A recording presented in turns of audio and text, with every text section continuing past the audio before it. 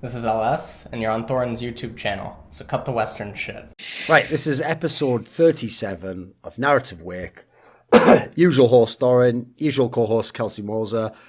Nothing witty to say this week. Obviously not an episode about the EU LCS. We've learned, the safe parameters for when we can have these discussions. Maybe you have to bring someone else on who do a lot of the heavy lifting. No, this is going to be about Rift Rivals. And a guest for this one, cabramaravilla. Sort of. Whatever. I don't give a fuck, mate. I'm not in France. I'm not trying to speak I'm Spanish, whatever. So here's the question, Cabra. I don't really know what the point of your career is. So can you explain this to me, okay? Like, obviously, you've done a bunch of content for, like, the Spanish community. You do most of your videos and stuff like that. But every now and then you do veer in and do stuff in English as well. So what exactly is the plan at the moment? What's the balance at the moment? Are you just testing the waters? What's going on? It's sort of like it's testing the waters a bit, also taking advantage of the fact that I think no one knowledgeable of the game is making opinion videos, which I think has a lot of value. And also because I'm looking to expand into the English market as I, develop maybe better accent, or I don't have to concentrate just to not look like I came out of a cave when I speak. So at the very least, I will improve my English. It's pretty worth it. Here's the thing. It's nothing to do with the English, mate. I skipped that part. I always look like I came out of a cave, so it's good. Well, the thing is, it's not even about the English. Your English is pretty decent. Your problem is you do have the full-on, like, Speedy Gonzalez accent, and so that's not even a problem. It's just amusing, that's all. So I like it. I find it endearing, I enjoy it. So just embrace that. It's who you are. I can see your point, though. Yeah, it's true. There's not that many people make kind of the op-ed type videos. Like, that's actually one of the reasons why I did it for so long myself. It wasn't that I thought I was an expert in the game, just no one else did it. And then for whatever mad reason, I still don't really understand entirely. I've actually mastered the secret of people wanting to still watch the video to figure out why they think I'm wrong. That's actually a very unique skill set to have, because some people, obviously, they just they look at the title of the video and decide you're wrong. And obviously, the other problem, the other side of the equation, though, is sometimes you are knowledgeable about the game, but people don't watch the video. So listen, Kelsey's been there.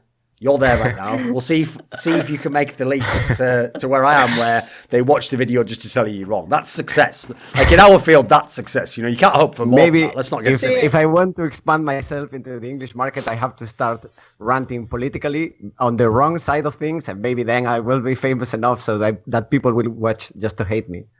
But see, this is the thing. I think he's referring to you, Kelsey, because I've never been on the wrong side of politics. Of course. Oh. I think this is the secret, though, is that if you do too much research and you are too correct, then people will stop giving a shit, because it's like they cannot complain, and people love complaining, so it's all good. That is true. I think it's just that knowledgeable people are usually really, really boring when they speak. So I'm trying to... Yes. That's the obvious one, but I was trying to build myself up before you chop me down. I'm very well aware that I lack the fundamental entertaining aspect. It's all right, you're getting there. Listen, I've told you, you've got a few characters you're working on. There's the stupid fan/player voice. I always like it when that makes an appearance. I think it's pretty cool. So we're going to gradually build up this, like, sort of cavalcade of characters that you can bring out as we're analysing things. We already have one. True. I mean, we have the Kelsey Moser character, because, listen, like, as the Japanese say, there are three faces. There is the face that you show society, there's the face you show your loved ones, and there's the face you only show yourself. So my question is, which one are we seeing right now? We'll never know, because we'd have to find out all three to actually gauge that correctly. Alternatively, you accept the Western take on narrative building, and I've just developed as a character as the story has progressed. This is like season 3. And we've had a few twists and turns, but hopefully there's still a lot to go in the story. Right, okay, here's the first thing I want to ask before we dive into Rift Rivals, okay, which is this. Do you think, obviously, the way the format is based on the placings in LCS, but ignoring placings, do you actually think, Cabra, that the 3 best teams from each region are going to this one, from North America and Europe? Is there a team that placing wise isn't that great at the moment, but you think is stronger than one of these? What would your take be on that sense? Well, I wouldn't go placing-wise, but I actually was riding the Misfits hype train for a long time, even when they didn't make playoffs, and I think they are so much stronger than Splyce right now, for example. I think that maybe hosting the tournament in a different patch, that when you get your classification to attend, is pretty nonsensical. What do you think, Kelsey? I mean, Riot are pretty aware when they do the mid-season patch change that they want the game to be radically different. Because there are parts of the year where they want the game to be radically different. One is at the end of the year, obviously with preseason, and then one is like mid-season. And so they're pretty aware that the game will be radically different. They aren't really sure how. I mean, retroactively, they've gone back and said, oh, we really wanted it to be so that 80 carries weren't played bottom lane. When you read the original patch notes, it's like, we want to provide more windows for certain support champions to make plays. And also, we want 80 carries to be really strong late game, but not so. Okay. But the point is, though, that I think that they're even just knowing that they're aiming for a drastic change means that having the classification be on the previous patch or earlier season is not going to produce the best and most consistent teams. And maybe they just want a lot of chaos. Like they want the Phoenix 1 2017 storyline where Phoenix 1 were almost like bottom of the barrel NA and they upset a lot of top EU teams, right? They want those types of storylines to at least have the chance to occur, so I don't really think they care that much, especially for a tournament like Rift Rivals. Obviously, when they do it for a tournament like Worlds, they get a lot of pushback and like people get mad like they did in 2015, but for Rift Rivals, I think they actually kind of want that sort of chaos. Okay. Right, obviously, people always meme on Rift Rivals and whichever region loses just says it doesn't matter. And there's been pretty good cases to suggest results-wise it didn't. Like, for example, obviously, like China won it last time in the Asian one. And you have scenarios where some of the teams themselves even implied, especially some of the veteran players, like we didn't really give a fuck, or we just went because we had to.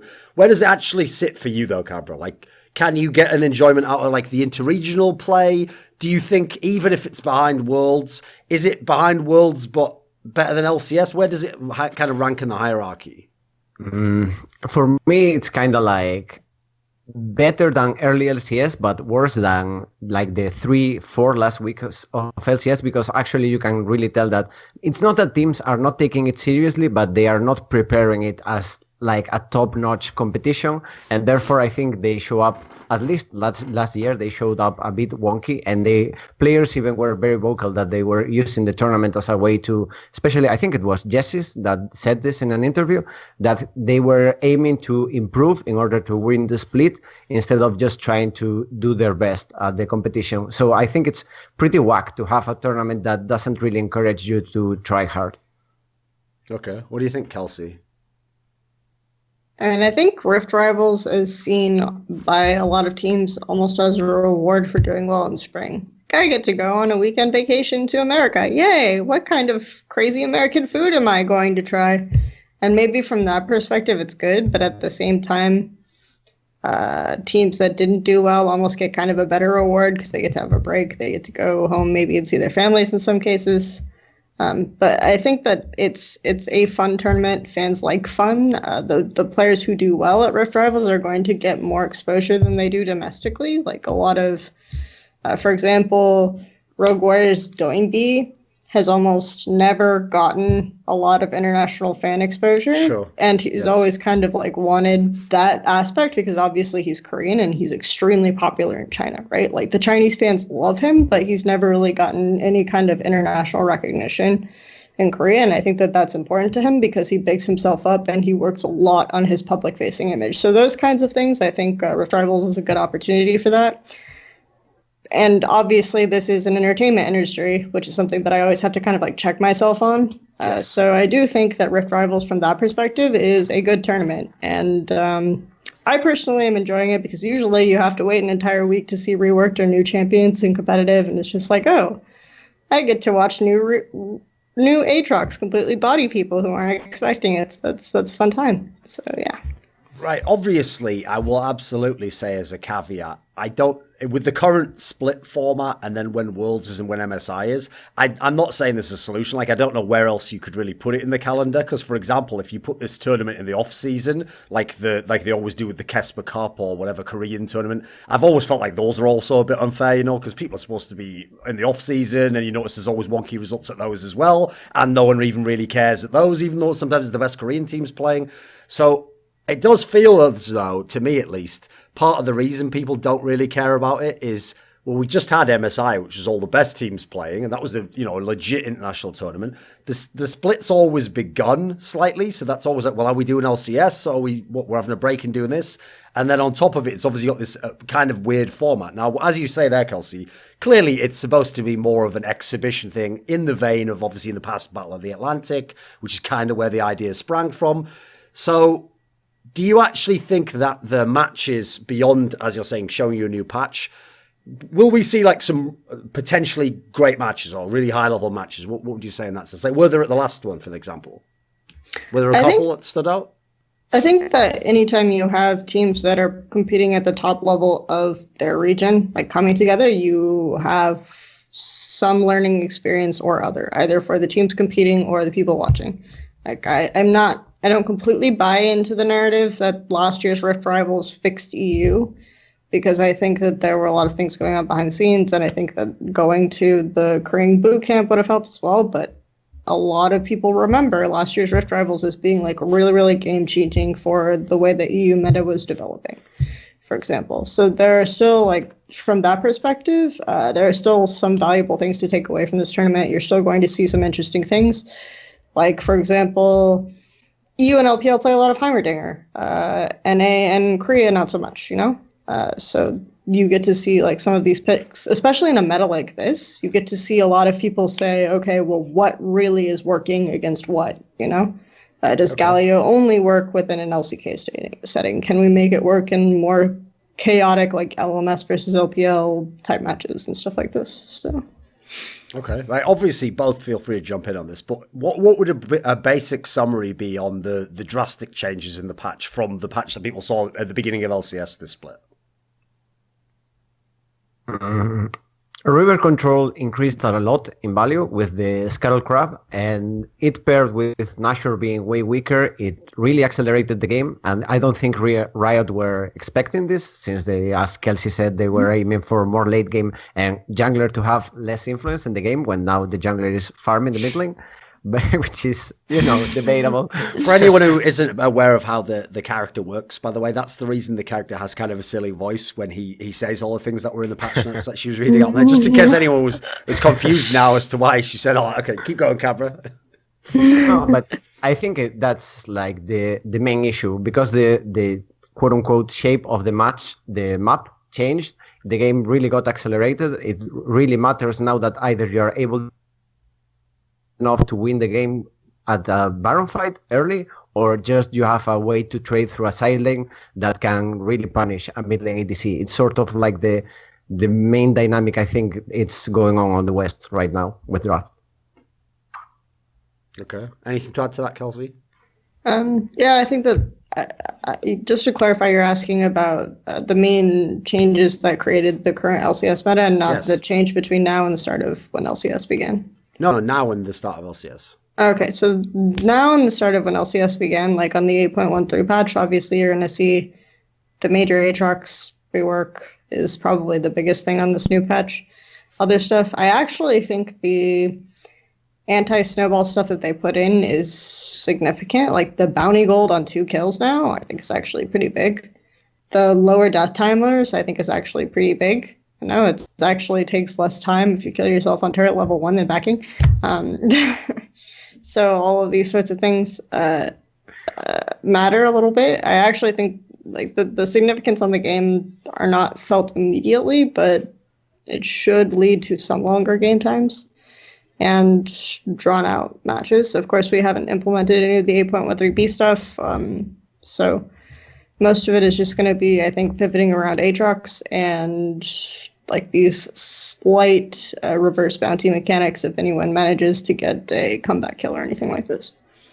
Right, in a world in which obviously people always use hyperbole, especially on Twitter, and say that everything's busted and broken and super OP, is Aatrox like up there in realistic terms as very broken? I mean, I saw that quote from the Shy where he basically just said like you can just pick it doesn't matter what you're against, pretty much. Yep. There's this one thing that we've found in scrims that can play against it. It basically wins every single other matchup really, really hard, and it only like can do okay in this matchup because this matchup isn't facing it directly anyway. So okay, it's basically it smashes lanes so hard. Like you look at this champ and you think about how its mechanics should work, and you realize that okay, I mean, as mid-late to late game approaches, if this champ doesn't snowball, then it should be garbage. But unless you have zero hands, you should be able to actually get solo kills and snowball this champ really hard. Like, it's actually kind of disgusting the way it works in laning phase. So, yeah. Okay, Cabra, when she says that, like, on paper, winning all the matchups, is that actually going to be the case in international play? Like, will there be players who they're good enough at the skill end of the matchup, they're going to be fine against it? Or is top lane not going to be as significant to where even if you have a champion that wins lane, you can still win the game elsewhere? It's not going to be like you permanently have to ban it. What do you think? Actually, no, I'm not even sure that teams will be sending Aatrox top lane. I think he can be played mid lane as well in an effective way. And I would disagree because the champion is quite easy to play in lane. It's not like it has a super high skill ceiling, or at least that's the feeling I get right now from the champion. So I would actually expect that people will start perma-banning it unless like some magic counter like Kelsey is suggesting appears. But at the moment, maybe I'm misinformed, but I do not know of any counter that you can pick into this Aatrox. Are there at least like theoretical comps that work against it though? I mean, the theoretical way you would shut it down is for it to not snowball, right? But like I said, unless you're really, really bad. So like the only thing I can think of is, I don't know, like what the LPL does, which is you lane swap level 1 against top lane because you don't want to play in a bad matchup bot, and then you hope that the enemy team forgets how to bounce the wave, and that Aatrox, and then like you're in a position where Aatrox is level 1 at like 7 minutes into the game, you know, like that would be the magical Aatrox strategy counter, is hope the enemy team forgets how to play lane swaps and lane swap. Okay, so something we discussed on the last episode, Cabra, was obviously the weird aspects of some of the comps you could run in the beginning of this LCS split. But a theme that emerged that both Kelsey and LS, who was the guest on the show, agreed with was that some teams will do this and some teams will do it as a gimmick, you know, but you'll still have plenty of top teams, as we've seen, who will just run an ADC and they will just run actually what looks like a traditional team comp. And yes, they might play the lanes out slightly differently, but it won't be that radically different. How would you say the game has settled since then? Like, how are we moving more back towards a more normal meta? I think we will with the nerf to snowball. You won't be seeing as many like these sorts of crazy 5 melee comps that, for example, Griffin has played without that much success. But in general, I think that unless you have a really effective wave to trade through a side lane, the playing mid lane ADC is really, really strong right now. Until at least people figure out that you have to be able to move from mid lane and trade in certain situations. And I don't get the sense that some teams are doing that. For example, Fnatic has had a lot of trouble and they are coming not as strong into the tournament, mainly because they are drafting really greedy and they are going for, even though they can get early ganks and early kills, they set up their draft in such a way that it feels like they are going for power picks instead of a strong snowball setup. So I think the meta is pretty stable around that, but when people figure out how to better counter mid lane ADC, and with the nerfs to snowball, I think it's likely that we will move into a more standard meta again. Okay. Right, Kelsey, I saw that in all the posts that have been from the Fnatic people about their lineup, because obviously, like, Reckless is the big name in their team, and there's so many fans that want to see him. He was the MVP of the fucking LCS a couple of times.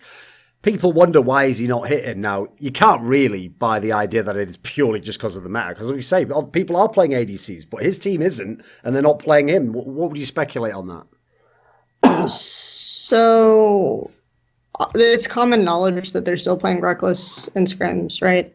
So, they're trying to get to a point where they think it's where they can play like both styles well and both work out. I can kind of understand where they're coming from, where, you know, you go into a scrim and you're playing one style of play where you have double bruiser bot and it's just winning you way more games in scrims, right? So that's why you decide to play on stage with your two bruiser players, right?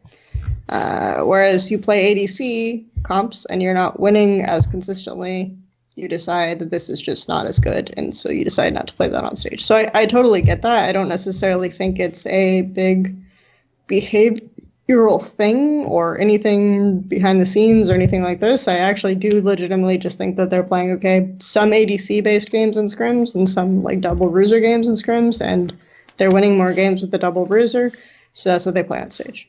Does that mean that you actually think that, like, are they bucking the trend if they can just make it work without ever having to have an ADC player at least? Because, I mean, in theory, Reckless should be the best player in their team. I think that for now, at least, okay, so I think we're getting to, since we did the LS episode, I think we're getting to this weird place where, okay, everyone is figuring stuff out in this like crazy weird meta situation, and no one really knows what they're doing, and they're just trying everything, right? I'll try everything once. It's like now they're recommending women sleep with 30 men before they settle down so they really understand what they want, you know? It's like that kind of situation. And then we get I don't know who it is who's recommending that, but fair enough, okay. Yeah. But then you get to this place where, okay, you really understand like how to execute this kind of weird shit, even if it's not optimal. You understand like the best ways to execute it. So we're still like in that phase where people are really, really tunnel visioning on and perfecting like these weird strats. And we aren't quite to the point where people are deciding what is just objectively optimal yet. And I think that when people decide what is objectively optimal, then maybe we can start talking about Fnatic bucking a trend or anything like this. But right now, people are still just kind of like figuring out how to perfect whatever weird strats they think are good. So. Okay.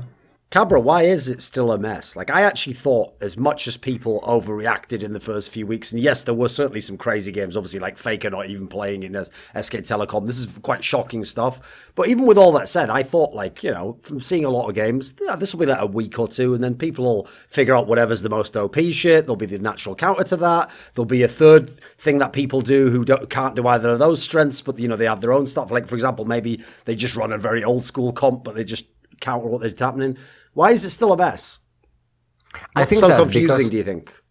The structure of how the game is usually played has shifted, so that even if it might be arguably easier to play sort of like these ADC comps or whatever, teams are usually making more mistakes than they would in more similar metas in the past. So I think that's really hindering their ability to understand whether a certain strategy works or not, because there is so many more random fights. And even like, for example, G2, they get a lot of praise for having really figured out this ADC funnel strategy. But even then, I didn't feel like had a perfect grasp I actually preferred 100 Thieves approach to it. So even in that case where people are getting a lot of praise for how they play certain strategies, they're still making these not necessarily big mistakes, but the sort of mistakes you do when you are not used to the idea you're implementing. Even if you watch them again in a bot later, you can recognize the mistake. So because of that, I think learning from actual matches is become a little bit more slow overall. So yeah. Okay. Right, well, let's actually just go team by team then. So since we've already touched on Fnatic, let's talk a little bit more about them. So, Kelsey, since obviously people have seen in the games they are playing the two bruisers, and we, as yet, we don't know, are we going to see Reckless play? Maybe they're going to not go with that. Do you think actually Rift Rivals has a chance to be have Fnatic as the best team there? Like has their approach got legs to be the best? It seems like everyone else just runs ADCs at the moment. It's interesting because if you look at the G2 Fnatic matchup, people kind of took that one-off game as definitive, okay, G2 are the best team. in the LCS. And there are some ways in which I think Fnatic are actually better in terms of just like understanding how to transfer pressure from into bot or something like this. To an extent, I think Fnatic are better. But at the same time, they are very fragmented in some ways in their approach. Like they're basically getting a lot off of having star carry performances from certain players. So in that sense, maybe like the fact that they're playing against G2's funnel and NA is still like, and I don't know, like the last week of North America, funnel just became the fad, and everyone is trying it, and almost everyone is losing with it. Imagine that NA being a copycat region. That's just, it seems implausible. It's weird because it's like it's getting to the point where they've seen like, oh, okay, G2's doing really well with it in Europe. Like a few teams are doing pretty well with it in LCK or something. There's like one team in China that's doing well, and NA just decides like collectively everyone will try it and everyone will suck at it. You know, like the first week this becomes the major fad. It becomes way bigger in NA, I feel like right now, than it is in the other regions, but it's being played in way more different variations, and it feels like a lot of the teams are just kind of missing the point of it. So in that, like Echo Fox today. Yeah, exactly. So from that perspective, I feel like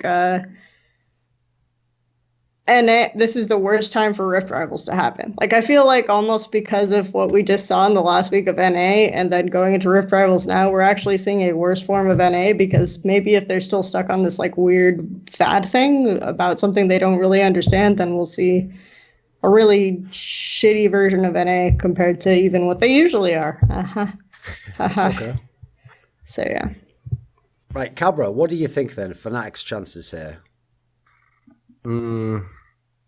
I mainly do not have a lot of hope for Fnatic, but it's based on the fact that I don't really like how they usually set up their river vision. I think they are way too aggressive with it.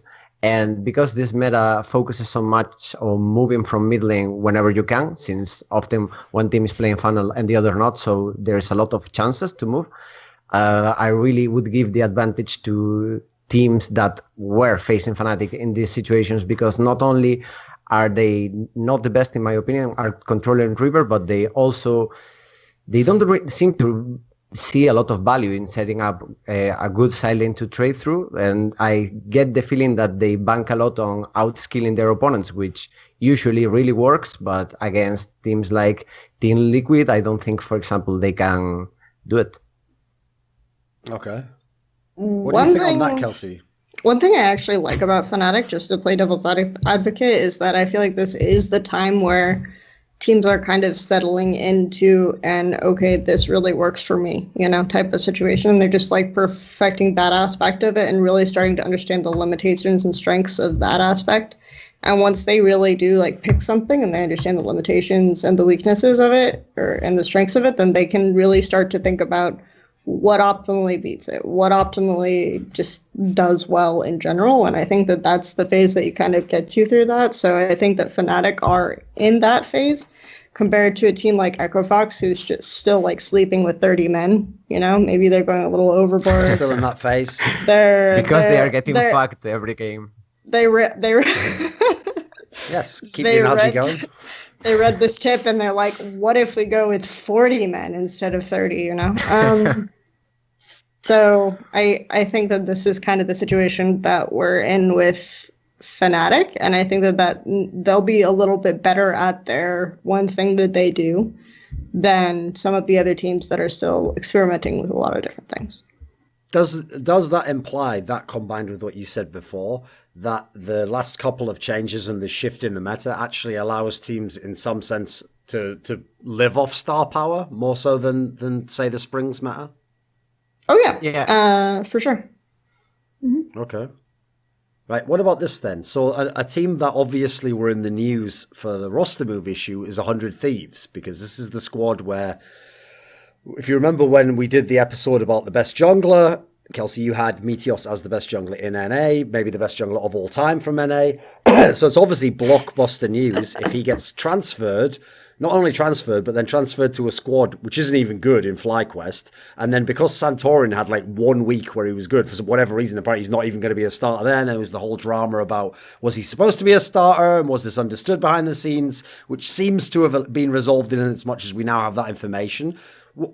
Assuming it is something to do with motivation and whatnot, and people were aware already that 100 Thieves obviously had Levi in like the challenger team, and they had the potential to move him up. What do you think of this whole mess? Like, without being able to comment obviously on the personal aspects that we can't really know about that, but as an outsider, what do you think on this, Kelsey? It can't be a good move, right, from the outside? So I kind of do buy the whole line of lack of synergy between coach and player, because I know that Prawley has a kind of specific way that he likes to enforce information, or he has like a personal view of the game, right? And a lot of times he presents this in an authoritative manner, and players either accept it or don't. And most of the time he's had players who just like easily accept it. But I can see there being situations where you get to a player who, someone like Meteos maybe, who's been around the scene for so long. He's played for so long. He's been someone who is perceived as understanding the game, as being a leader. Obviously, this perception falls short in a lot of situations, but like he might have a specific idea of how he wants to play that shaped Cloud9 or that shaped teams that he's been in. And that doesn't necessarily mesh well with Prawley, the way Prawley wants the team to play. So I can kind of see like this line being true. In terms of the entire mess, I like read the tweets and I read 100 Thieves' statement, but I didn't see Meteos' statement that he did on video yet. So I'm not 100% up to date on all those goings on. It said I think it's really bizarre though. Yeah, it said something bizarre, like that they had wanted Meteos was supposed to play a support, and then they were going to like funnel mid or something, and like that was like somehow this was part of the issue, and then this is one of the reasons something along those lines. Do you have any more information, Cabra? Did you read it all? I didn't follow the drama a lot, but I get the feeling that it's a weird move for 100 Thieves, because Meteos was, in my opinion, one of the better performers in the roster. But actually watching games on playoffs in spring, I got the feeling that he usually ended up in weird situations where he was doing the correct theoretical play, but because his team was not setting up properly, he ended up getting fucked for the whole game after that. If you remember, it was this Super Snowbally meta with all of Super Snowbally in the jungle. I mean, with all of Skarner and such. So I would understand if some kind of conflict was born from those situations between Meteos and the coach. And actually, if you are enforcing a style a player is not comfortable with, I think it's a good idea to move him away, because if everyone is not on the same page, there is no reason to have a really strong coaching staff. You'd rather just have star players. Okay. I think one of my favorite lines from the Prawley that describes Prawley as a coach is, I actually asked for you at last Rift Rivals to compare his current coach at the time when he was on P1 Fly to Prawley, and he said Prawley is more Korean. And I asked for him to specify if it was like you meant it was more authoritative, and he said yes. But just the idea that like Prawley is more Korean than what the Westerners perceive Korean coaching to be is a good way to describe it. So I could see situations where you have a Western player who really clashes and disagrees and can't be like persuaded to see this like vision of the team. If it has to do with the funnel thing though, I can kind of empathize. I actually don't mind the approach that 100 Thieves took of having, their AD and support mid, and then having Ryu lane with Meteos bot. I thought that was fine. But at the same time, I can see how maybe he doesn't play that many support champs, and so they think it's better off having him learn like 1 or 2 support champs and funneling mid or something like this. Because obviously Fiddlesticks, one of the supports that he played, has historically been a jungle champ. So that's something that he'll be able to play theoretically.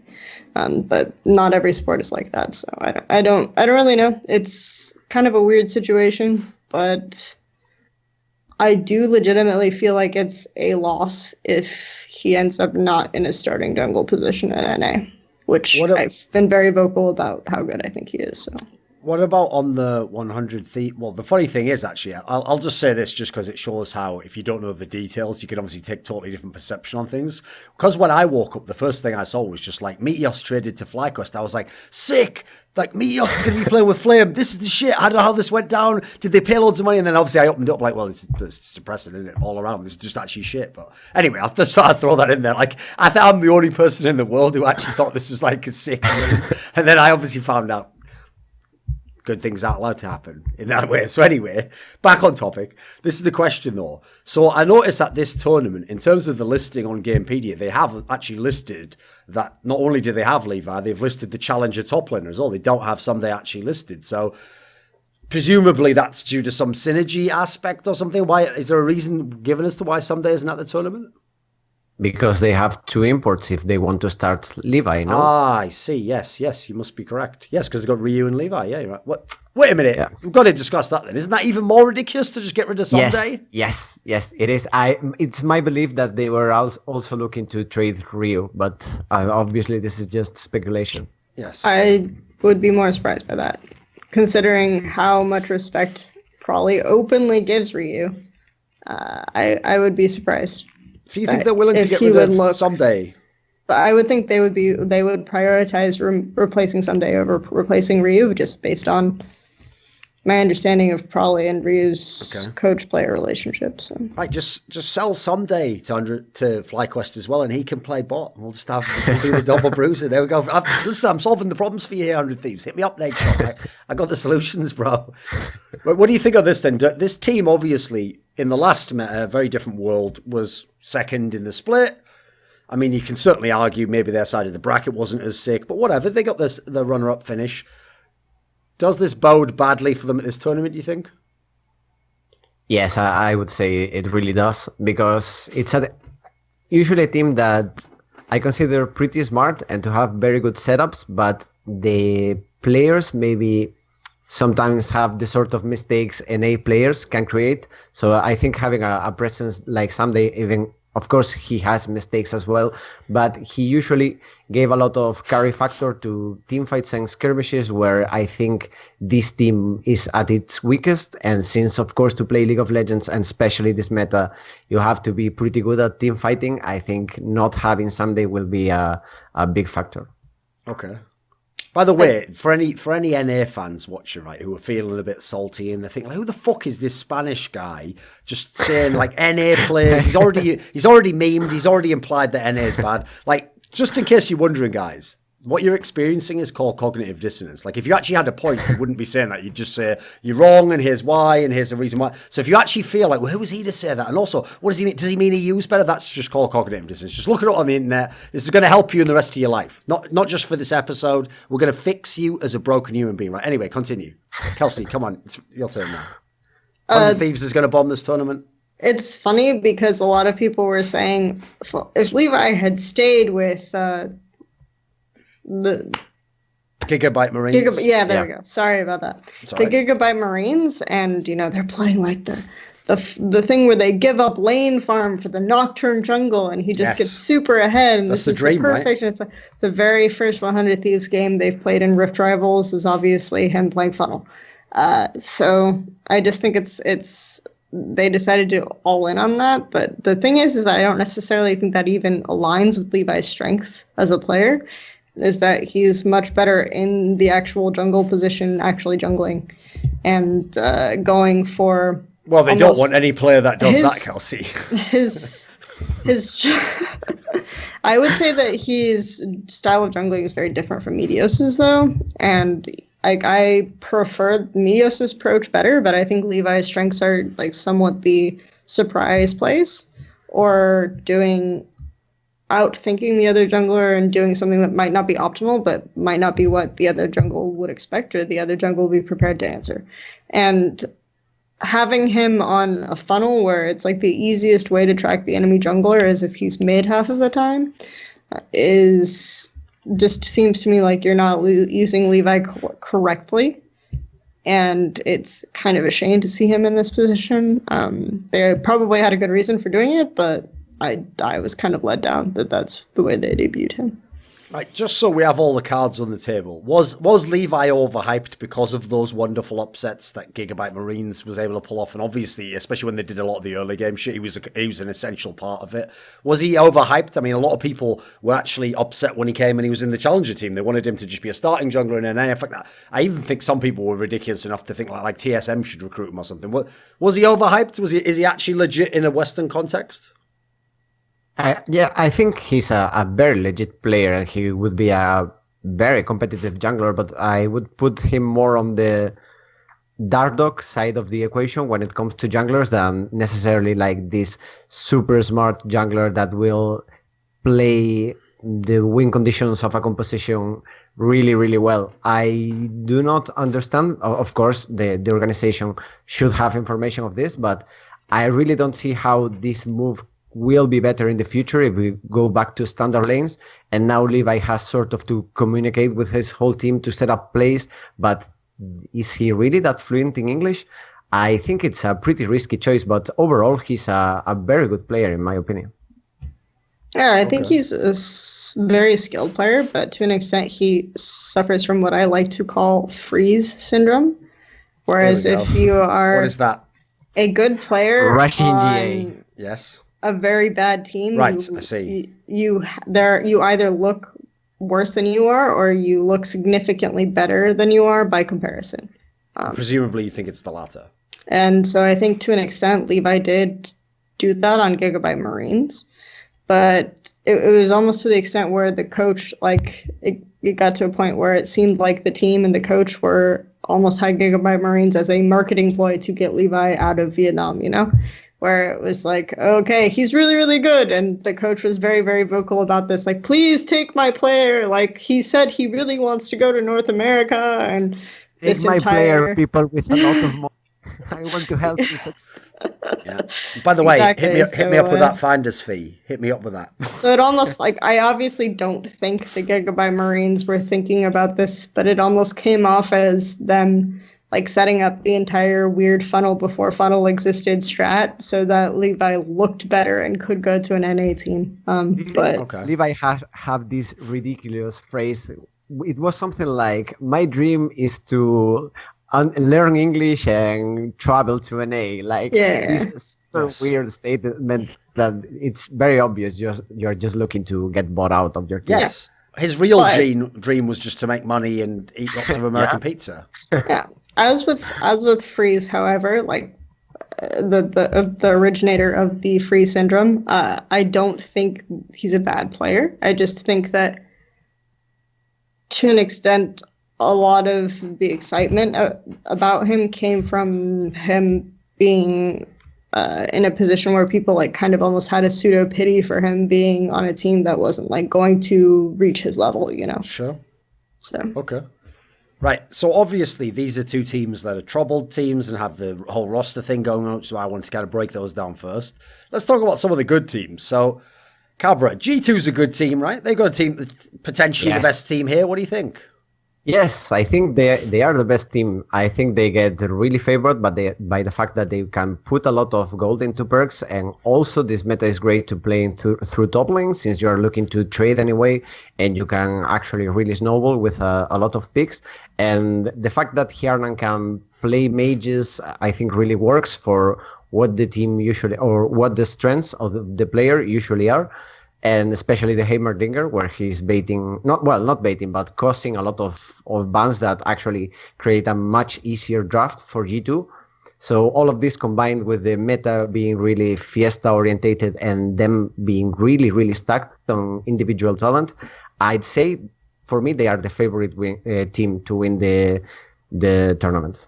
I think it was actually Jat who said something that I agreed with a lot, which is that this is kind of a meta where if you have players that happen to be good at certain things you wouldn't think that they're good at, this is like the meta where you can actually get a lot out of that. And Hjarnan has this like weird Heimerdinger obsession for ages that no one can explain, and suddenly it's like, yeah, I can actually play this champ on stage in my role, and it can do really, really well. And you see a lot of people like copying it and trying it out, and it hasn't really had the same level of success it's had for Hjarnan until like I would say so has played it today. Just because, and so you would say argue with, and obviously it's still not as good as Hjarnan's, but it's like you would say I would still argue that okay, if your player isn't naturally good at that, then you should probably not like try to whip out the Heimerdinger suddenly and very randomly. You should go for some other sort of setups. Like Jat's example was randomly Wild Turtle loves playing Yasuo. So stuff like that. So I think... So has this meta actually made G2 stronger relative to the other squads than if it was the old one? Yeah. I also think it compensates for areas of the game where G2 have more weaknesses, because once they get to those points of the game, or those aspects of the game, they're snowballing out of control, and they just like face check whatever, and they win a fight, and it's all good, you know? So I think that they don't necessarily have to be as hesitant or indecisive on like mid to late game transitions as they were in Spring Split, for example, and they can just rub their faces into whatever team fight they want and take over it and go home with wins. So there are a lot of things about this meta that actually help G2 a lot, and so I think that they're happy with. They've found like a niche sort of composition that really fits their strengths and weaknesses, which is rare for teams right now.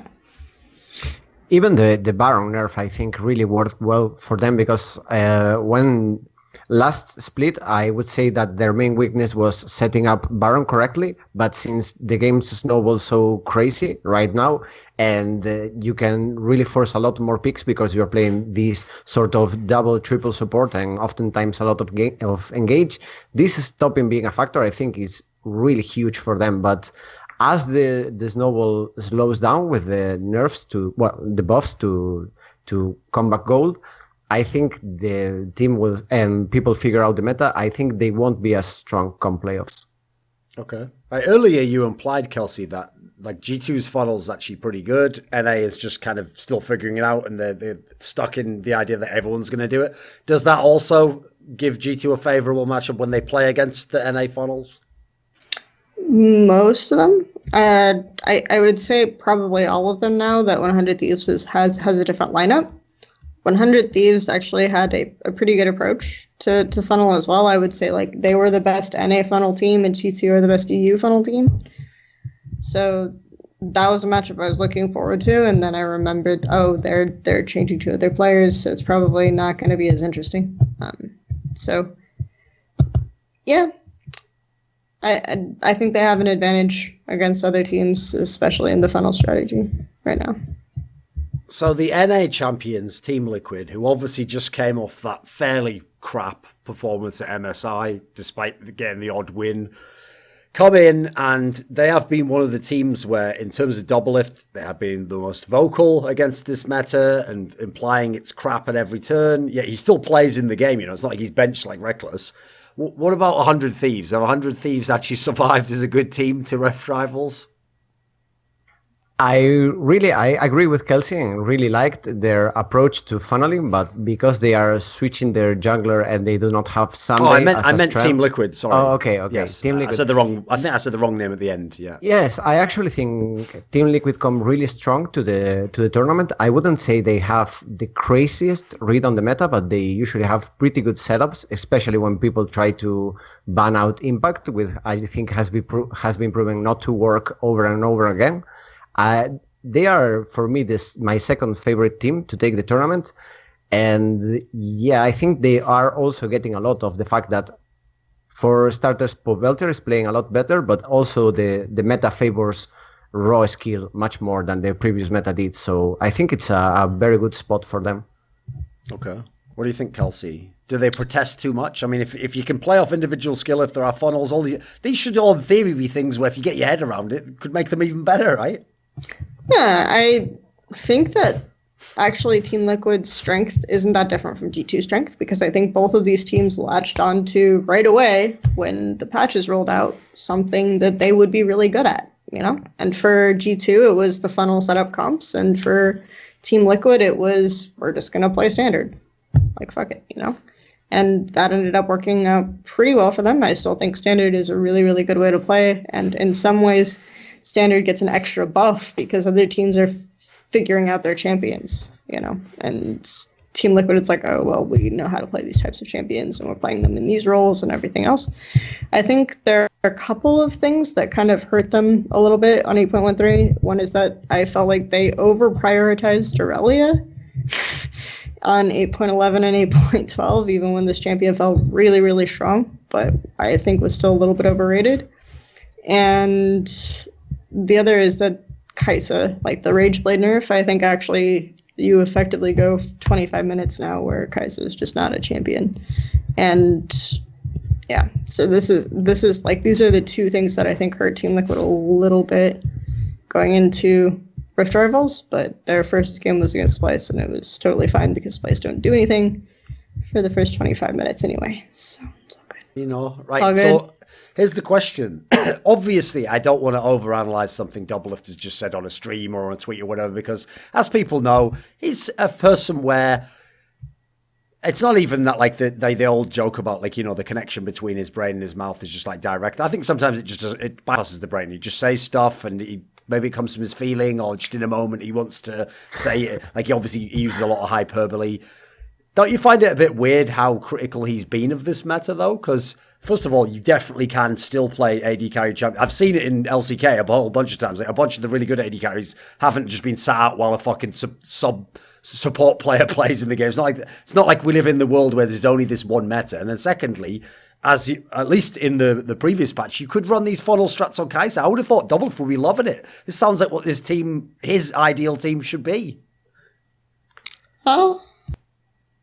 I mean, yeah, to an extent, but I think that since they had the 2v2 synergy mid working really well and Powelter had a good grasp of champions, actually it's really smart for them to play Doublelift bot, but maybe he's just mad that ADCs are getting a lot more gold than he is and he gets to not look as good, but overall, I wouldn't say this is a bad meta for them at all, so I do not understand why he's complaining. Okay. How do you think overall Team Liquid is going to do then? Like, is it basically between them and G2 for the best team at the tournament? For me, it is. But I don't know if Kelsey would agree with this. Yeah, it's weird because I feel like 100 Thieves are handicapped a little bit by circumstance of their own design, and then Echo Fox went a little too crazy on the first Echo few weeks Fox of the match. Is really lost in the meta, I felt. Like this, Echo Fox should be a team that is really good at this, right? Because they're a team, they have some of G2's problems from last spring only like turned up to 11, right? Where they don't know what a ward is at post 20 minutes and they don't know how to set up Baron at all remotely, so they should be really, really happy with snowball style compositions, but suddenly they're playing these types of games where they have to make comebacks on their own nexus, right? Because they've screwed up so much in terms of balancing the map when they're trying out all these different things. They don't really know how this will all work out. They're moving Hooni around, they're moving all this other stuff around, and they haven't really seemed to have perfected the execution in anything that they're debuting on stage. And so that's, to me, this is just like kind of a sad thing because Echo Fox should be good in this meta. Okay. Yeah, I was going to say that I actually feel like they are getting punished a lot for always wanting to give Hooni, not always, but mostly wanting to put Hooni on winning matchups, but because they are at the same time trying to play funnel, in the end they end up not having jungle pressure for Hooni, so he just dies once, and because Hooni has that problem, he dies 4 times after, and then the game is in a really, really awkward spot to address, all because they were attempting maybe to be too greedy and get both the funnel and play the top lane as if he had jungle assistance the whole game. And I think that there are definitely variations of, like, G2 plays a very good, almost top-centric funnel composition, right? Where they put, like, Wonder on the Aatrox, and they lean top a lot. and they gank top with their Braum or whatever, while their Kai'Sa is doing camps, and it works very well that way. But Echo Fox haven't quite figured out exactly how they want to execute that, and Hooni only has one speed in terms of how he's doing the lane, and it's like if he's not pushing all the way to the enemy turret in a winning matchup, he's playing his matchup incorrectly. God damn it! So it's almost like Hooni decides he's going to outplay someone before he decides how he's going to outplay someone.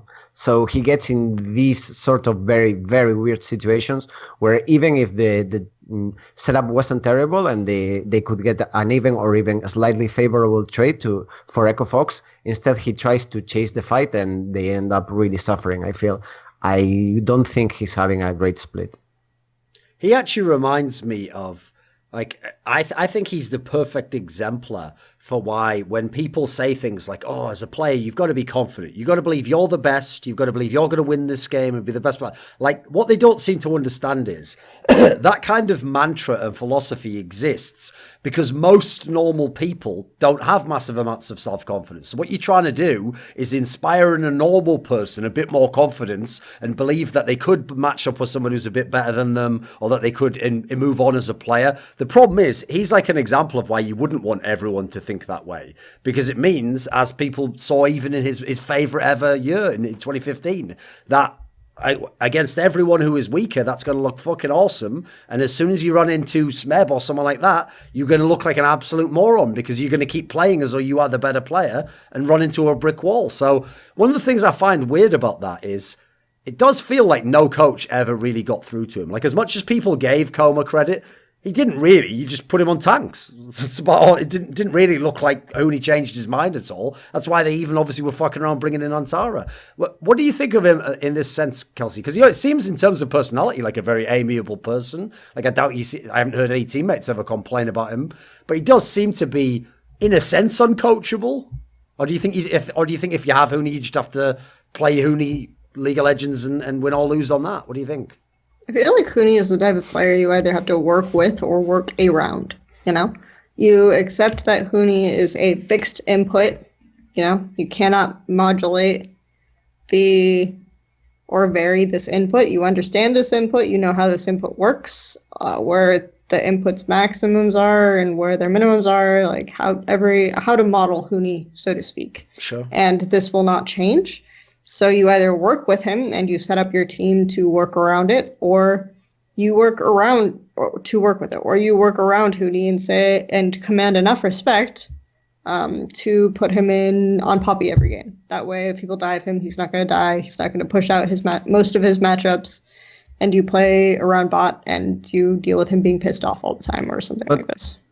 I always felt like this narrative of commanding respect, and that's why Hooni is on tanks, was a bit bullshit, because I think Hooni was on tanks because Hooni was really happy to be able to be on SKT and compete for the world title. But I don't think, like, if Koma was in FlyQuest and Hooni was in FlyQuest, that Hooni would be playing Poppy every game if Koma wanted him to. When it happened, I wrote an article about Hooni and his bot lanes, because I think that if you look at Hooni's bottom lanes historically, he's probably never really trusted them or never really had bot lanes that he felt like he could rely on consistently. And then as SKT, he didn't really ever have any carry bot lanes, right?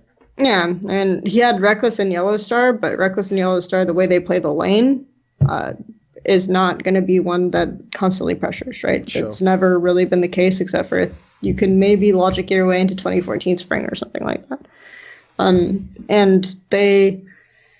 But when he played on SKT, he maybe was in a situation where he expected a certain amount from his bot lane, and I've never really seen Bang & Wolf as like this insane bot lane that's going to carry you, but a lot of people do, you know? Sure. And players actually buy... Including some of them.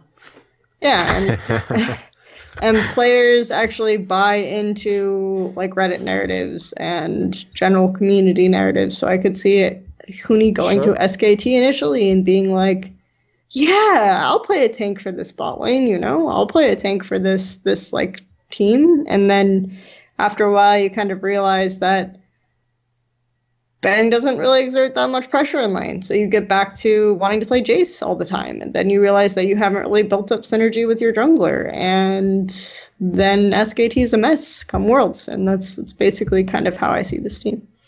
So whereabouts is Echo Fox right now as a team then, beyond just Hooni? Like, are they going to be the worst of the NA teams? Is the 100 Thieves move going to counteract that? Are they just irrelevant if G2's very good and and Team Liquid's very good?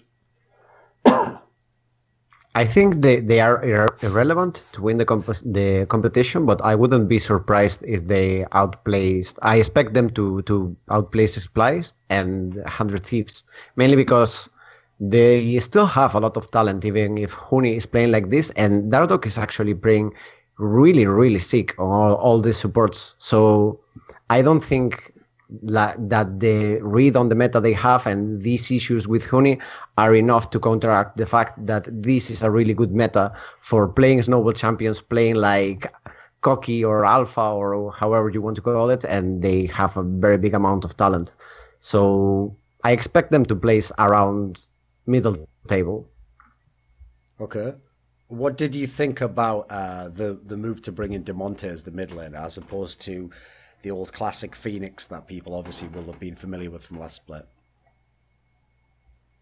I thought it was a bit weird because I agree with people that Phoenix has some very clear weaknesses and he perhaps isn't the best playing when he has to suck up the pressure or when he doesn't get the matchup he wants. But I don't understand how just swapping players will improve the team if the level of talent they bring in is not enough to be better than the team was before having to account for those mistakes or problems. So it felt to me like maybe it was more of a personality issue than a game theoretical issue, but obviously I am only speculating because I do not have any kind of inside information of this. Okay. So I've noticed, and I've talked about this, that when people talk about local talent that hasn't really had stage experience, people are way more likely to react negatively to new NA rookies than they are to basically any other type of rookie. Sure. And obviously Demonte has had stage games before, probably enough that you can't really call him a rookie anymore, but at the same time, yeah. So Phoenix, I've been pretty vocal about how he doesn't really have a champion pool. So you're going into a meta where everyone has to play something outside of their comfort zone, or at least try something outside of their comfort zone, even if they aren't playing it on stage. And that if you have a player like Phoenix or something like this, you get into a position where that becomes more and more difficult. And maybe even if Demonte isn't the best player on the same champions that Phoenix specialized in, then maybe he's more willing to put in the work to try a bunch of different things, to synergize certain things with the team under different situations. And yeah, that's kind of how I see how this is going. I know that probably the coach has a lot of faith in Demonte since he's appeared on the roster in various iterations before anyway.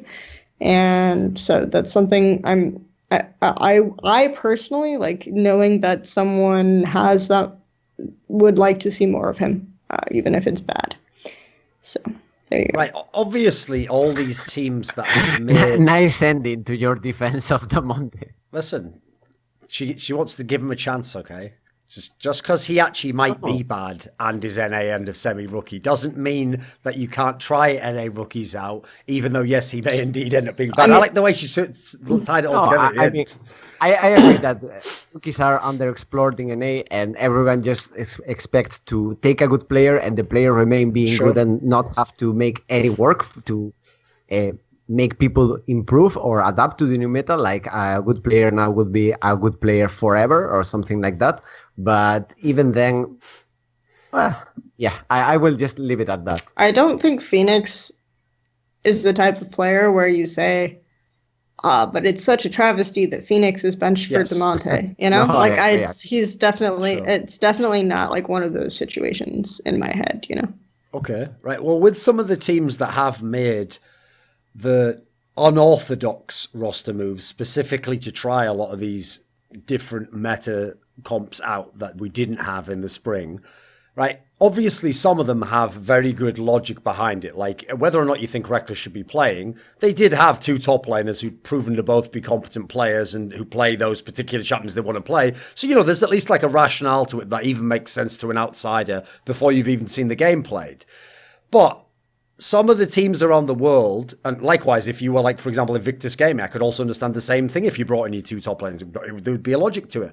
But the one aspect which, tying into the Echo Fox thing, I am a little bit puzzled by is the number of teams that have done it where it's like a sub or a player who's never even played in their lineup or is like maybe not even known to be a good player, and they're bringing them in because they can be a support or because they're a jungler or whatever, right? Would you speculate as a general trend, is this just to stop the gap? Because at the moment people are confused and they want to just win a game now. Or do people really consider that maybe the meta never will change back to the old one, and therefore, because essentially the part that doesn't make sense to me is I don't care how good Pyrion is right now. Surely eventually you're going to want Faker in the team, unless this is just to win one game at the moment. He's specifically good on one champ. I can't really see the logic behind some of the moves, So as a general trend, are we going to see some of these weird rosters, or is this going to flow in and out? What would your take be, Kelsey?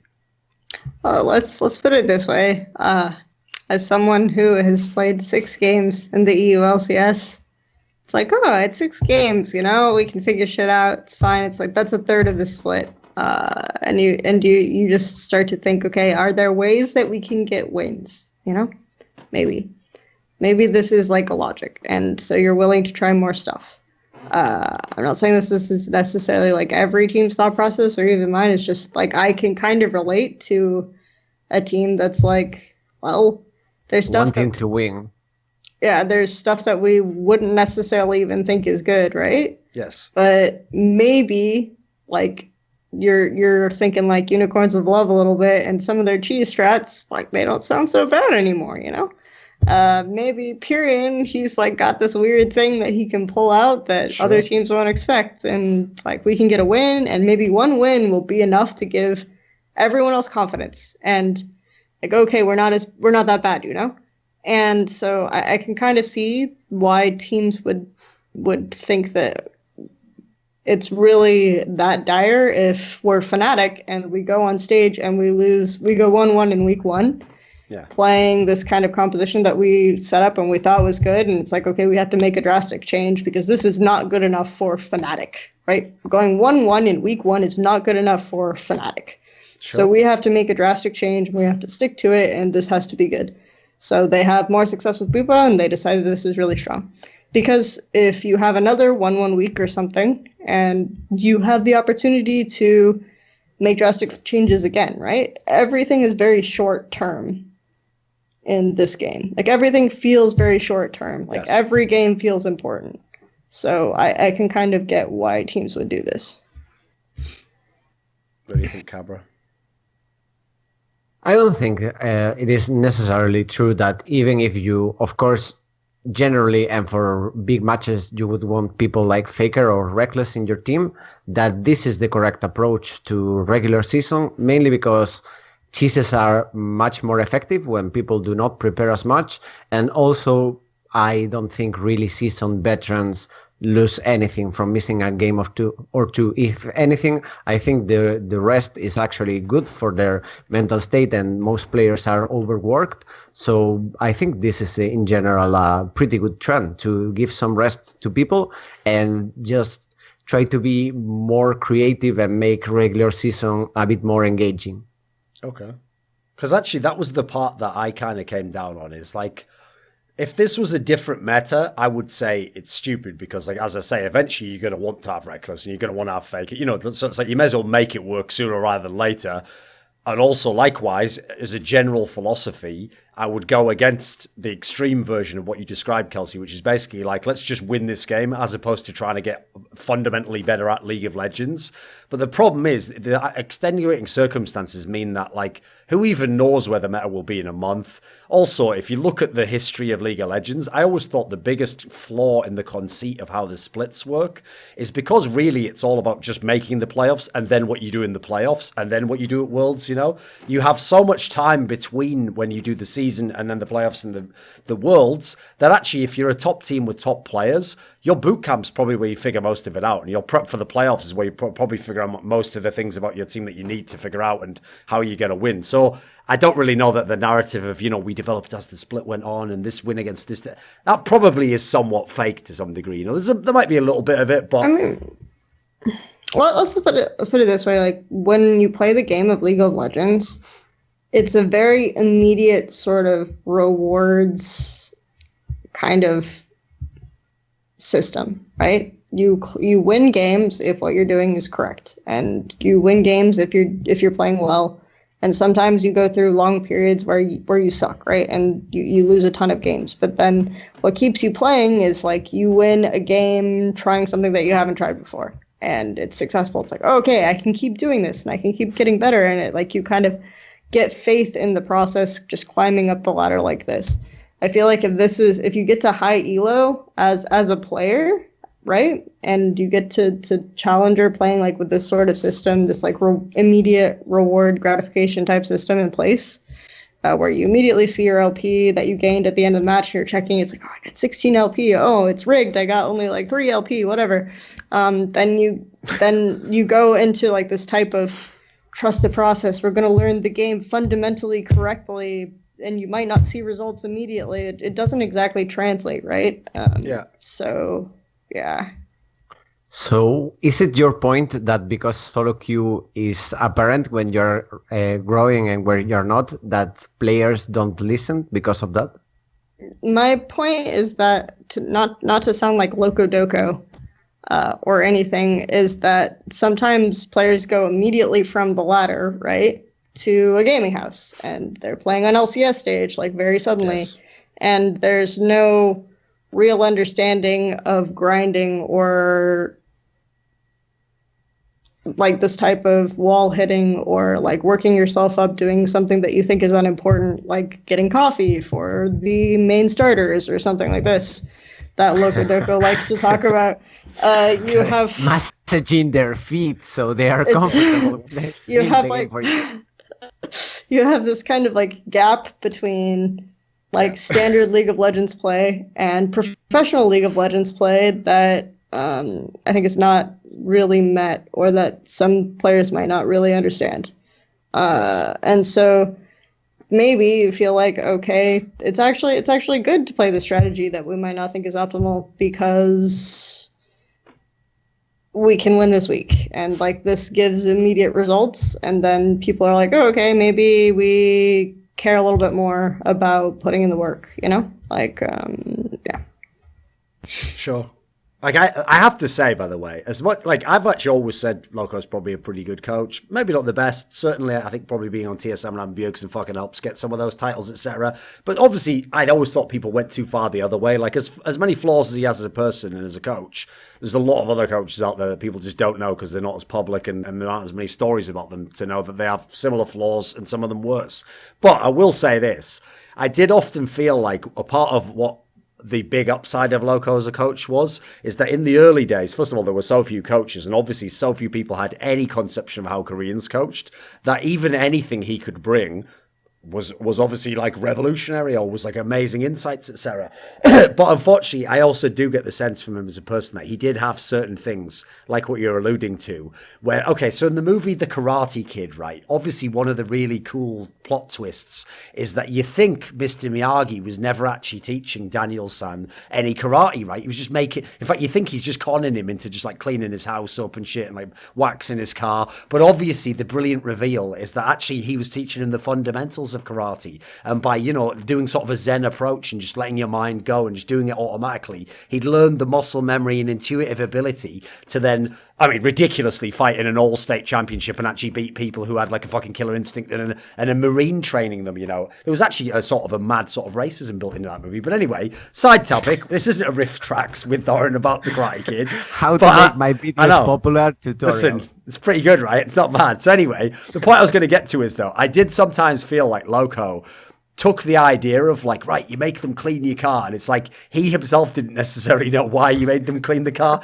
He was just making people clean the car. No, if you just clean the car, listen, that's step one. Once you clean, then come to me and I don't know, do the dishes or something. Like, you know, like, I don't know that he actually necessarily had the wisdom part behind it. Learn but anyway, fucking discipline. exactly. Yeah. Still love him. Still love him, though. It's great. And also, I just love the idea, which, listen, this is one thing I'm going to say. Again, love the guy, but this is one criticism that my friend Monty had about Loco in the early days, which I was absolutely bang on, which is that he's not exactly the most disciplined person as a human anyway. So when someone like that's telling you, like, you got to be more disciplined and, you know, cut out all distractions, just focus on the game, it's like, yeah, that sounds great, but, you know, yeah. Are you doing that as well, coach? Yep, definitely. Yep. Anyway, what time's the taxi? We've got to get out there now. It reminds me of like all of those NALCS applications we saw going out or whatever, where it's like, we don't just make them better players, we make them better people. Yes. It's like, yeah, you really care about that shit. Like, I totally buy into this. So. Obviously, the best one of all time, we all know, was Ember. Not least because they not only showed you that they were paying Golden Glue, like, I don't know, 75k or something mental, but on top of that, they said that they didn't just make better players, they make better people. And then obviously, as if to be the cherry on the top of that beautiful cake of shit, was obviously that famous line that, like, within 2 years, an NA team would kiss the Summoners Cup, which is obviously the most ludicrous premise. They themselves didn't even survive, like, 2 months later or something mental. Like, it's like the level of hubris attached to that. It's like, you know what? Here's the thing. That is actually a brilliant idea. First of all, to be bold enough to be like, you know what? Fuck what everyone else says. Our goal is to win Worlds. And you know what? On top of that, we are going to actually try and not just make them good players. We're going to try and improve their lives and their mentality. That is great. Your problem was you hadn't even done step one. You hadn't even done the fucking cleaning of the car and make the good team. You know, that's like extra shit. Just do step one first before make them better players, then make them better humans. I'd go in that order, you know. It's pretty hard to be a good human. Like, I wouldn't claim to be able to teach people to do that myself. Trying to figure out how to make one guy a good human.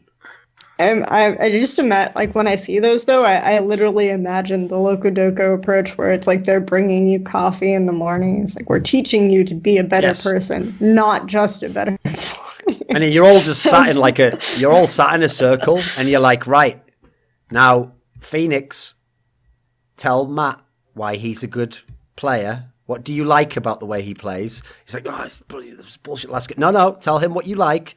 I guess he's sometimes all right at helping me in the game and that. Yeah, now, Matt, tell Phoenix why he's, you know, like, come on, man, how far is this going to go? Like, this is the most basic shit ever. You are a basic bitch, coach. Like, let's be real. Like. But it's the thing with, like, this sort of philosophy of you have to be confident because the best players ever, they were very confident. So if you're confident yourself, you will win. Yes. The best players ever are very confident because they are very, very prepared and they know in their head how they are going to fuck you up. If you just... Why not try and copy the hard work part, self-criticism, really big drive? No. Just believe in yourself and suck each other off, and maybe then you will have enough confidence to get destroyed at Worlds. See, ironically, if you followed Cabra's advice and worked on, like, the work ethic and the hard work, you actually do become more of a better person than sitting around and talking about it. So it's good stuff. Yeah. Well, the funny thing is about that exact philosophy that you just outlined there, Cabra, is like, first of all, that's what I always say in Counter-Strike when I'm doing my analysis, because people do the same thing. Like, they imply, like, no, don't criticize that player for, like, misplaying. Like, you know, he's supposed to be confident and believe he's the best. I always say the same thing. The reason why the best player is confident is because, you know what, he's the best fucking player and he's winning all the games. So it's got a pretty good reason to be confident and he actually think he's going to win. And then secondly, as you're saying, like, be confident and do all the things to improve. Like, you thought you'd just be confident. That's like some sort of mad sympathetic folk magic. Like, I don't know if you've ever heard of this thing in, like, the South Pacific Oceans called the cargo cults, where what happened was there were these, like, tribes who live on, like, islands. And I think it was in, like, the mid 20th century, people came with, like, you know, little sort of, you know, those small planes that can, like, land on the water. They came with those and explored these islands. And some of them, like, were even people from, like, Britain. Like, I think, like Prince Philip or something, like the Queen's husband went there one time. And because these people came, and with them they brought some like basic supplies and crates and stuff, what happened was when they left and never came back, because it was like fuck all on these islands, the people of the islands actually set up religions based around like Prince Philip of England, saying stuff like this is what's great, because it shows you basically how like religion emerged. There would be a dude who'd be like, I actually know Prince Philip, and he said he'll come back if we set up the runway exactly like when he came, and give me like 2 rations of food. Like the game that these guys were running was, by the way, exceptional, like admirable in its own way, but just also shows you the way sort of the human brain works. Actually, to be fair, any animal. Like if you've ever seen those tests where they give a pigeon like a piece of corn, and they've proven you can actually just fuck with it. Like you can actually just do anything, and then it thinks that whatever it just did last gave it the corn. So it'll be like standing on one leg and like waiting for the wind to blow or something, and then it gets the corn, and it's like in its brain it's reward circuit. It's like, yeah, stand on one leg, motherfucker, get that corn. And it's like I know what I'm doing. Like I think that in a way sums up a lot of League of Legends and just human development and learning as it is. Right, there's one team. This? Yeah, come on. No, I was meaning, did you see this Drexin tweet? Like one of the 3 tweets Drexin has that have more than 2 retweets, which was like how easy it was making analysis in season 2, and it was simply like 3 very small points, and one of them was all caps, make big plays. Yes, and it's just okay. Yeah, job over, guys. I remember this. It was actually from the Frost versus TSM match. Point 1 was Dyrus must beat Shy, which is like, even at the time, by the way, that was like, I think that's a bit unreasonable as point 1. Also, you're literally just calling a guy out like, you must just outplay the best Korean top laner. But yeah, point 3 was make big plays. Like that's the sort of shit where if you are a coach and you write that on a board, understand you are doing that for your own benefit, to feel like you made sure you told them to make big plays. No motherfucker in the game is just sitting there going like, oh, it's not like use the force, Lucas. I'm like, what did coach say? Make big plays. Like he just flashes into the enemy, just like mad. Like, it's so ludicrous, isn't it? I was just totally planning on not doing anything. Yeah, exactly. He was like, Thank you for pointing this out. I was just going to go even in lane Kelsey, and get some items. You should add that on your team. Yeah, maybe that would be helpful. Yeah. Make your 3 points. Point 1, be a better human. Point 2, coffee, no milk, no sugar. Point 3, make big plays. Point 4, obviously, win as a team, lose as a team. There you go. Actually, the job of being an analyst and coach is so easy. I didn't know. I thought it was really complicated. You had to like read the meta, learn all the matches. You don't. Just make big plays. Make enough big plays. You're ready. Yeah. Go win. Exactly. No problem. Right, okay, there's one team we haven't talked about, which is Splyce. You only briefly touched on them before, where when I asked the question about the relative strength of the teams, like, were the top 3 teams, are these the top 3 teams from Europe? Are they the best teams? Cabra, why are you down on Splyce?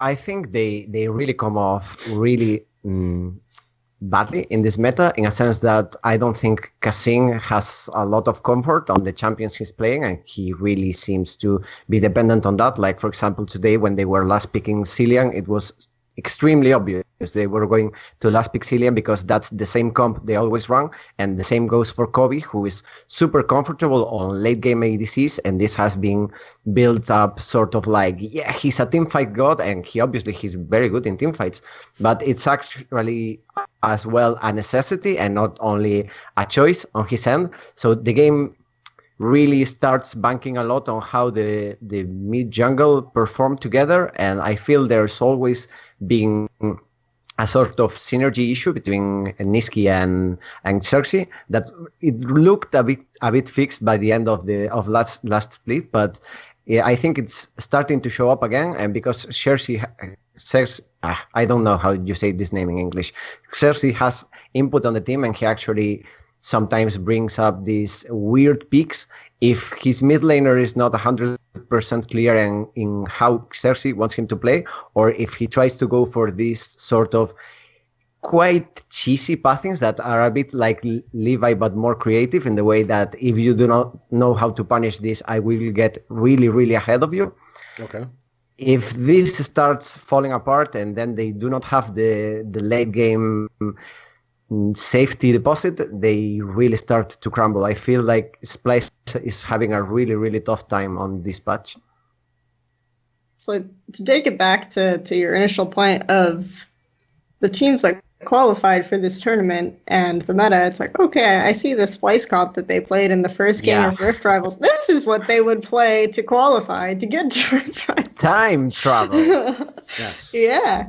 Okay, so that kind of gives you some insight into Splyce in general, because it's like, okay, you can kind of see situations where this works, because obviously Celine is something that Celine players pick into Braum, you know? Zach was situationally good against Sejuani. Like, I actually think it's slightly more Sejuani favor, but you could play Zach, and it was fine. Yeah, but it was more of an answer, no? That's actually something you would first pick the Zach. Yeah. Wait, did they? I didn't see the draft. So they actually. Yeah. I assumed they picked it after the Sejuani came out. Oh no, actually, maybe you're right. Maybe it was. Yes, it was first pick Sejuani. I think you're right. Yeah, it was first pick Sejuani. I just checked. So yeah, they picked it into that, and then obviously Zoe was something that Nisqu was playing a lot.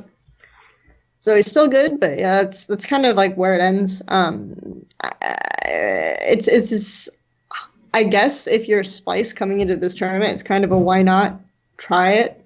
Why not try stuff that we can make work for?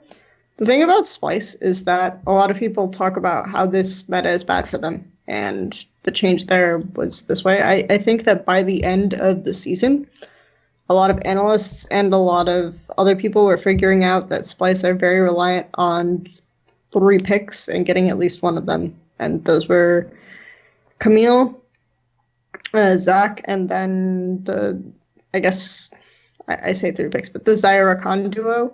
Like, if they got one of those, then they could do pretty well in the game. And then obviously those picks also synergize very well together. So, like, they could set up comps based on this type of idea that they played, like where they are engaging hard mid from behind, etc. So I think that that's kind of the situation that Splyce were a very one-dimensional team, even towards the end of the EU LCS split.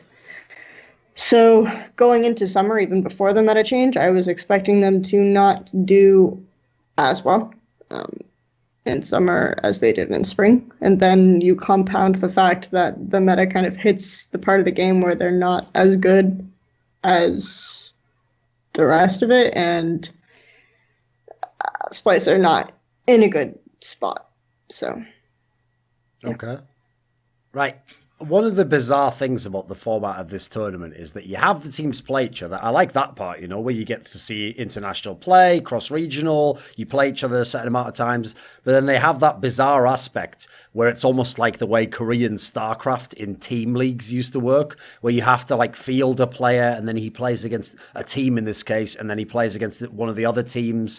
And then because they want it to be that you get, again, the exhibition element, you have to, each of the teams has to play within that best of 5 to see who wins, which I actually think is the flawed part. Like, personally, what I would have done is from Korean StarCraft, I would have done the Winners League format where, like, you know, the first team who wins, it's like winner stays on. And if you want to like beat them, you have to beat the first team. So if you were Korea, you could put whoever it might be, King's Own in, and then if no one can beat him, well, then Korea wins, don't they? You know, I think that would actually be a better format. But in this format, basically, it is just based on the strength of all your teams, because if one of your teams is crap, you're going to lose that one. You're going to go to the next one, the best of 5. Which region do you think wins, Cabra? Which region overall? Obviously, it's not really something you can purely analyze, but just what's your sense? Who's going to win it?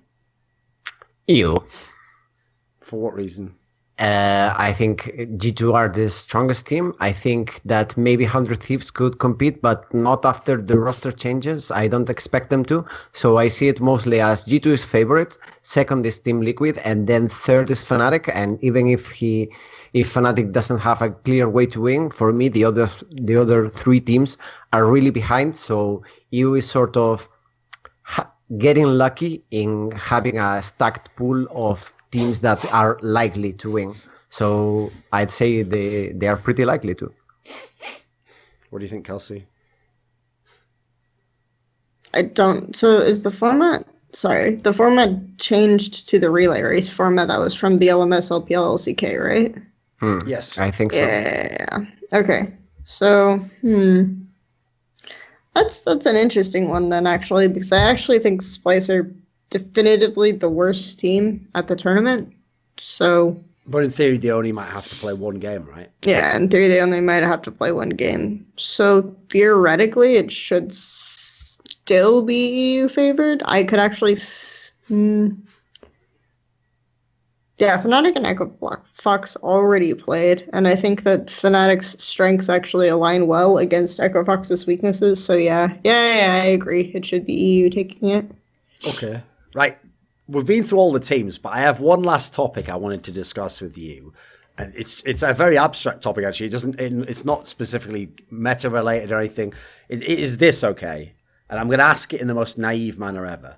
So, a trend, and you can go back in history and look at this, that is almost consistently always the case, is that people who are NA analysts and players for NA teams come into international competitions and they always tell you that NA will be better than EU. The only time I can think of that I think they didn't do it was actually in Season 5, where Fnatic was so obscenely good that they'd gone undefeated in EU and they clearly were very good, and they'd also had the MSI, but actually what's funny is even that MSI, obviously, they did the same thing. They thought that Fnatic with Steelback would be terrible. Pretty much every time they come in and they say NA will be better. Now, some of them, I will just directly call out in as much as they say like, haha, well, I have to support my region. I was just trolling, and I was just trying to get you mad, which is like, some of them hide behind that, but I know all of them actually think it. And I know every time, for some reason, NA basically seems to get a misread on Europe and always think Europe is like bizarre, regionally weak, rather, in contrast to... What would your thoughts be on this?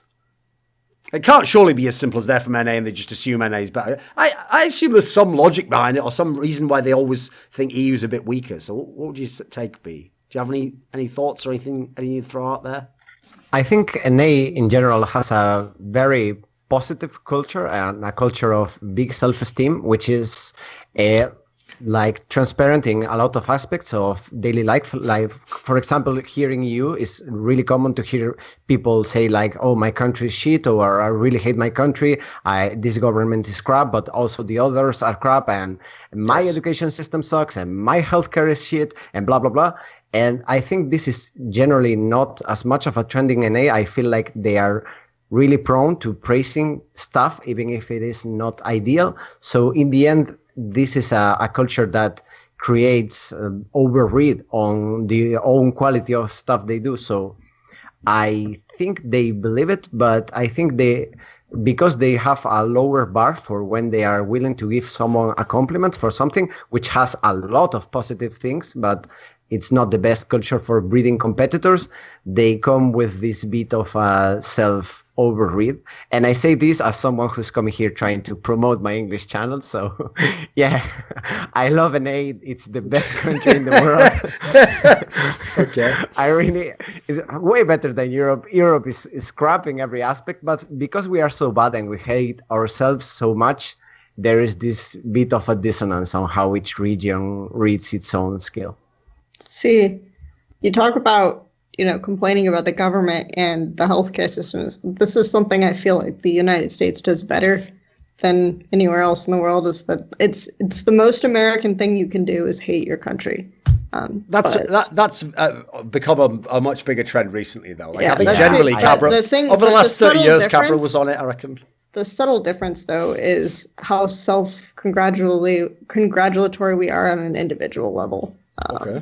So, in that sense, it's like, if someone criticizes it's not like criticism doesn't happen. It's just that we're taught that, like, we're automatically defending criticism as, right. Oh, okay, well, you're not seeing the full picture.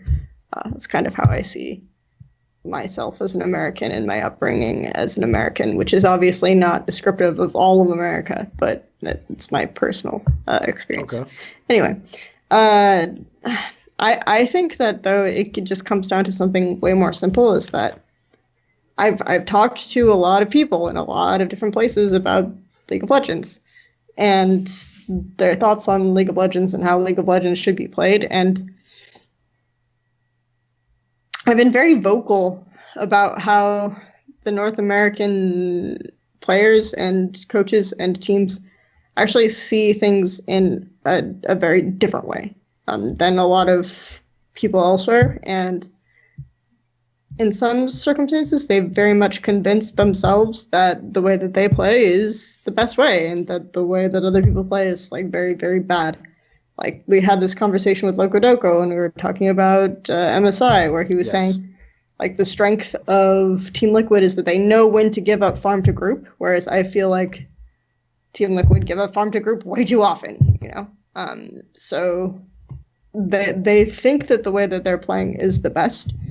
And when you go to an international stage, like, you don't always know. You just kind of have to have faith in the way that you've been playing the game and the way that you've had success domestically. And a lot of NA teams firmly believe that you give up farm to group, and this is the optimal way to play the game. And even if one team drafts an objectively superior team fight comp, you should also draft a team fight comp and team fight against them.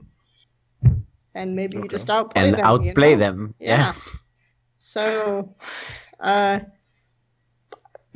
mean, maybe they're right, and years will show that they are correct. But right now, I think international competition has so far shown that this is not the best way to play. So this video was kindly supported by Dean Tanglis, Gardner Wilson, Andreas Snazore Westerlund, Alex Adams, Daniel Yordanov, TTMXMP, VeXii, HawpT, Robert Baxter, and Travis Greb, with a special thanks going out to Jerky's Minion.